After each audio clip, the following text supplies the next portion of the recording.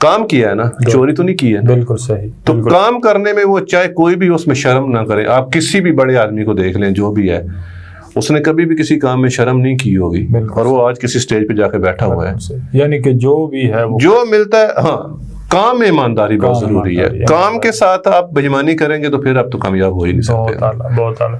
تو خالد صاحب آپ کی اس بات سے جو ہمیں اندازہ ہوا ہے کہ ایک تو آپ نے یہ کہا کہ فوکس, دوسرا آپ نے یہ کہا کہ ڈائریکشن, تیسرا آپ نے یہ کہا کہ ٹارگٹ جو ہے ہدف آپ کا ہونا چاہیے, چوتھی جو چیز آپ نے بتائی ہے وہ ہے کہ کانفیڈنس, آپ کے اندر اعتماد ہونا چاہیے, اور پانچویں اور میں سمجھتا ہوں کہ بہت ہی اہم بات ہے کہ ایمانداری اپنے اس شعبے کے ساتھ, اپنے اس کام کے ساتھ, اپنے مقصد کے ساتھ, اور پھر جو بار بار یہ ایک بات کہہ رہے ہیں کہ میرا مقابلہ میری ذات کے ساتھ ہے. تو آپ اپنے آپ کے ساتھ اگر سنسیئر نہیں ہیں, اپنے آپ کے ساتھ ایماندار نہیں ہیں, تو پھر کامیابی ممکن نہیں ہو سکتی. یہاں پہ ایک اور اہم سوال ہے, تقریباً آپ کی ساری گفتگو سے ان کے جوابات نکلتے ہوئے نظر آتے ہیں, لیکن پھر بھی ہم چاہتے ہیں کہ اور زیادہ اسے آسان اور ایک اور زیادہ اسے اسپیسیفک کر دیں کہ جب ہم خالد انور کو دیکھتے ہیں, خالد انور کی کامیابی کو دیکھتے ہیں, تو اس کامیابی کے پیچھے راز کیا ہے؟ ایک تو ہمیں پتہ چل گیا کہ محنت ہے, ایک تو ہمیں پتہ چل گیا کہ ایمانداری ہے, ایک تو ہمیں پتہ چل گیا کہ کانفیڈنس ہے, ایک تو ہمیں پتہ چل گیا کہ اپنی ذات کے ساتھ مقابلہ ہے. اس کے علاوہ بھی کوئی ایسا سیکرٹ ہے, کوئی ایسا راز ہے, پوشیدہ چیز ہے جو آپ ہمارے ناظرین کو بتانا چاہیے کہ ہاں یہ ایک چیز ہے جو خالد انور کی کامیابی کے پیچھے ہے؟ کوئی مورل سپورٹ ہو سکتی ہے, جی بالکل. اس کے پیچھے سب سے پہلے تو جو ہے وہ میری والدہ ہیں, جو کبھی بھی وہ نا, جب بھی میں ایون دو مزدوری بھی کر رہا تھا تو میری ماں ایک ہی چیز کہتی تھی, اللہ انہیں جنت میں گھر گھر فوت ہو گئی ہیں, وہ کہتی ہے اس میرے بیٹے نے کرسی پہ بیٹھنا ہے, ماشاءاللہ, اس نے افسر ہی بننا ہے. ماشاءاللہ. یہ نا ان کا سمجھ لیں کہ ان کا پکا یقین تھا ان کو, یا کیا چیز تھی. میں اگر اپنے آپ کو دیکھوں تو نہ میرے پاس اتنی بڑی اسٹڈیز تھیں, کچھ بھی نہیں تھا. تو میرے کزن وغیرہ دبئی میں تھے, تو انہوں نے کہا میں سے لے جاتے ہیں وہاں پہ نا, اس کو ڈرائیور بنا دیں گے. کہتی میرا بیٹا ڈرائیور بننے کے لیے پیدا نہیں ہوگا, اس نے افسر بننا ہے. ماشاءاللہ. تو وہ بھی ایک بات آپ سمجھ لیں کہ ماں کی ایک بات ہر ٹائم کانوں میں گونجتی تھی کہ کچھ بننا ہے. تو سب سے میں تو کبھی بھی جب بات کرتا ہوں, میرے پیرنٹس کی دعائیں جو ہر ٹائم میرے ساتھ ہوتی ہیں, میں تو ایک ادنا سا بندہ ہوں, ان کی دعاؤں کے بل پہ ہی اڑ رہا ہوتا ہوں, جا رہا ہوتا ہوں, کدھر بھی جا رہا ہوتا ہوں, کچھ بھی کر رہا ہوتا ہوں. تو میری کامیابی جو ہے جو بھی ہے وہ میں اپنی جو ہے نا وہ ماں کا کانفیڈنس اس کو ہی دیتا ہوں. کیا بات. تو خالد صاحب ہمیں یہ کہہ رہے تھے کہ ان کی کامیابی کے راز جو ہے ان کے پیچھے, جیسا کہ آلریڈی یہ ذکر بھی کر چکے ہیں کہ ڈائریکشن ہے, فوکس ہے, سیلف کانفیڈنس ہے, اس کے علاوہ ہانیسٹی ہے اپنے کام کے ساتھ. لیکن یہ سارے کا سارا کریڈٹ جو ہے وہ اپنی والدہ کو دیتے ہیں کہ ان کی والدہ نے بچپن سے ان کے ذہن کے اندر ایک چیز جو ہے وہ ایک نقطہ ڈال دیا تھا کہ میرا بیٹا جو ہے بڑا آدمی بنے گا. تو اب جتنی بھی وہ بہنیں جو والدہ کے درجے پہ ہیں وہ جو اس پروگرام کو سن رہی ہیں, تو اپنے بچوں کی تربیت کے دوران ان کے ذہن میں اگر آپ کوئی پازیٹیو امیج ڈال دیتے ہیں, کوئی پازیٹیو ڈائریکشن ڈال دیتی ہیں, کوئی ایسا ٹارگٹ ان کے لیے سیٹ کر دیتی ہیں جس کے لیے وہ جدوجہد کریں, وہ محنت کریں, وہ کوشش کریں, تو وہ بہت آگے جا سکتے ہیں. تو یہ آپ کی بھی اسی طرح ذمہ داری ہے. اگر خالد صاحب اس ایک نقطے کو لے کے ماشاءاللہ اس سطح پہ پہنچ سکتے ہیں تو آپ کے بچے جو ہیں وہ بھی بہت بڑے آدمی بن سکتے ہیں. خالد صاحب آخری ایک چھوٹا سا کوسچن ہے, یہ بتائیے کہ آپ اپنے لوگوں کے حوالے سے, اپنے علاقے کے حوالے سے, اپنے کنٹری کے حوالے سے کیا فیلنگ رکھتے ہیں کہ آپ کیا کر سکتے ہیں یا آپ کیا کرنا چاہتے ہیں اپنے لوگوں کے لیے؟ اختیار بھائی, جیسے میں نے بتایا کہ میں ایز اے اوورسیز پاکستانی رہ کے اپنی جو مجھ سے بن پڑتا ہے, میں پاکستانی پروڈکٹ کے اوپر بہت فوکسڈ ہوتا ہوں. میں نے بہت سی پروڈکٹ لانچ بھی کی ہیں ادھر, ہم نے مطلب بہت ایفرٹس کی ہیں. لوگوں کو ہمارا تو یہی دل کرتا ہے کہ ہر بندہ جو ہے وہ خوش و خرم رہے, اچھی پے لے, اچھا کام کرے, بزنس پہ فوکس کرے. جو ہمارے فارمرز ہیں, کیونکہ میں وہ فارمرز کو ہر ٹائم کیوں کرتا ہوں کہ اگر ہم لوگ اپنی اسٹرینتھ آف پاکستان دیکھیں تو ایگریکلچر ہماری جو ہے وہ مین اسٹرینتھ ہے, جس کے اوپر ہم نہ تو ہم فوکسڈ ہیں, نہ ہماری گورنمنٹ اتنی فوکسڈ ہوتی ہے. ہمارا فارمر پڑھا لکھا نہیں ہے, جو سب سے ہمارا سمجھ لیں کہ بیک ڈرا ہے اس اس انڈسٹری کو اوپر لانے کے لیے. جب ہمارا فادر پڑھا لکھا ہو, اسے باہر کے بارے میں پتہ ہو کہ جو وہ چیزیں گرو کر رہے ہیں ان کی ویلیو کیا ہے, کیونکہ ہمارے بندوں کو بیچاروں کو پتہ ہی نہیں ہے کہ ہماری جو چیزیں ہم پیدا کر رہے ہیں اس کی ویلیو کیا ہے. جو ویلیو ہمیں یہاں سے مل جاتی ہے اسی پہ ہم وہ الحمدللہ کہہ کے تو گزارا کر رہے ہوتے ہیں. تو میں تو وہی کہوں گا کہ جو بھی ہمارے بندے ہیں, جو بھی جس فیلڈ سے ریلیٹڈ ہے, وہ اس کی ویلیو کو جو ہے نا وہ آبزرو کریں, تو پھر انہیں آؤٹ پٹ ملے گی. جب تک آپ کو اپنی ویلیو, اپنے پروڈکٹ کی ویلیو, جو آپ کام کر رہے ہیں اس کی ویلیو جب تک پتہ نہیں ہوگی تو آپ اسے ریزلٹس نہیں لے سکتے. بالکل صحیح, بالکل صحیح. تو جو بھی جس فیلڈ میں بھی ہے, جب تک وہ اپنی اس چیز کو ویلیویٹ نہیں کرے گا تو اس کو وہ رزلٹ نہیں ملے گا جس کی آپ توقع کر رہے ہوتے ہیں. اوکے, تو یہاں پہ خالد صاحب یہ بھی ہمیں بتانا چاہ رہے ہیں کہ اصل میں جو کام آپ کر رہے ہیں اس کی اہمیت کو جانیں, اس کی ضرورت کو جانیں, آگے اس میں کیا کیا جا سکتا ہے تاکہ وہ مارکیٹ کی نیڈ بن سکے, تو اس چیز کو سمجھنا بہت ضروری ہے. یہ کافی ڈیٹیل میں میرے ساتھ یہی بات کر چکے تھے کہ ہمارا کسان جو ہے وہ اس طرح کی پروڈکٹس بنا نہیں رہا, اس طرح کی پروڈکشن نہیں کر رہا, چاہے وہ مینگو کا ہو یا آپ کے مالٹا کا, اورنج کا ہو, یا باقی جتنے بھی فروٹ پاکستان کے اندر ہیں یہ پروڈکشن ہو رہی ہے. تو اس اسٹینڈرڈ پہ لے کے جانے کے لیے ان کی تربیت کی ضرورت ہے, ان کے لیے اویئرنیس کی ضرورت ہے, شاید جدید ٹیکنالوجی جو ہے اس سے آگاہی کی ضرورت ہے. میں یہاں پہ ایک چھوٹی سی اگزامپل دیتا ہوں کہ ہم لوگ مینڈرین جو ہے پاکستانی کنو ہے, بہت زیادہ ہمارا جو ہے یہاں سے ایکسپورٹ ہو رہا ہوتا ہے, لیکن اگر ہم دیکھیں تو یہ مینڈرین سیڈ جو ہمیں 45 میں امریکہ سے ملی تھی, ہم نے اس میں کچھ چینجز نہیں کیے ہیں. دنیا کدھر کدھر پہنچ گئی, ہم اسی سیڈز پہ آج تک کام کر رہے ہیں. ہم نے کچھ اس کو ڈیولپ نہیں کیا ہے, سیڈ لیس نہیں کیا ہے.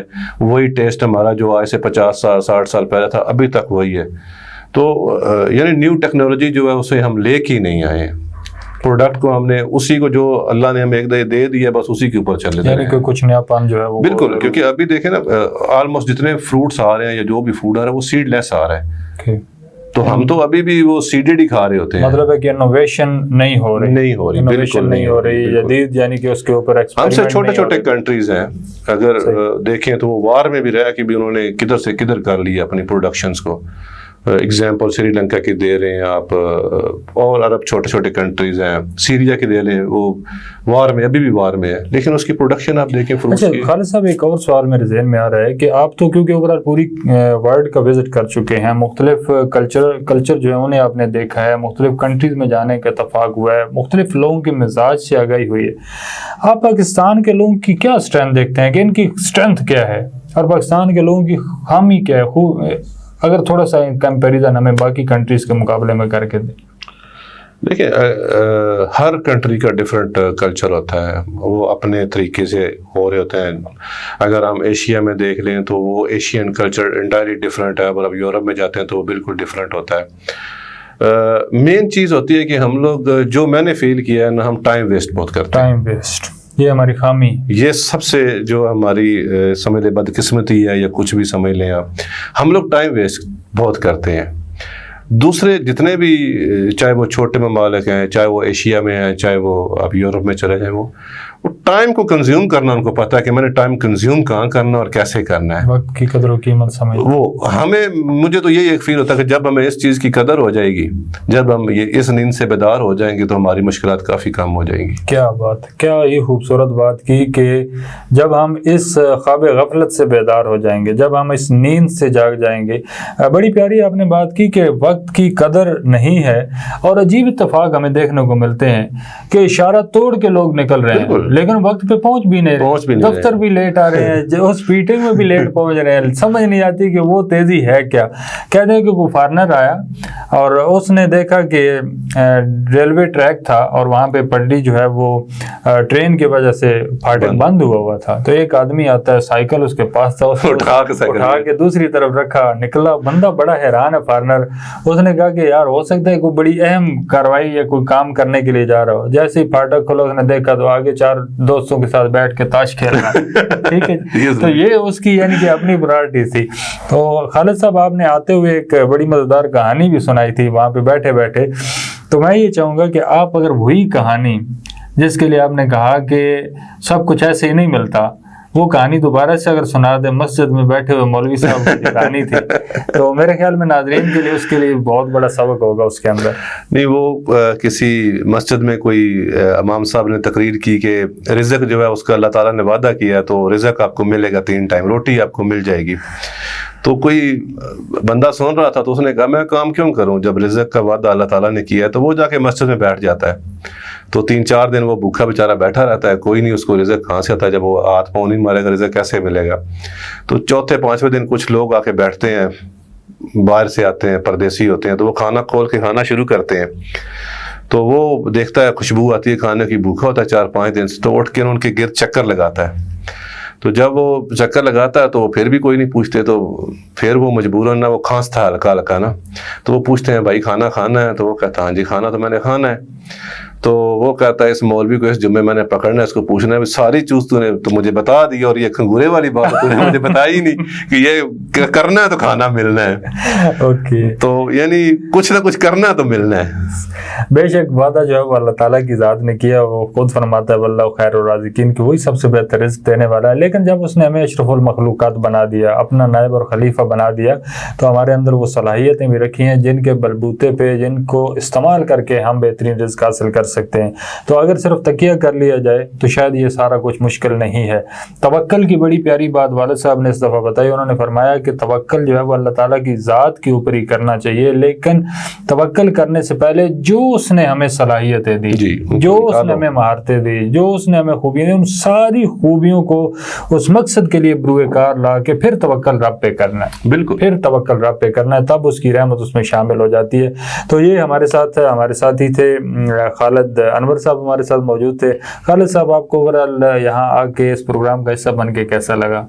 بہت اچھا لگا۔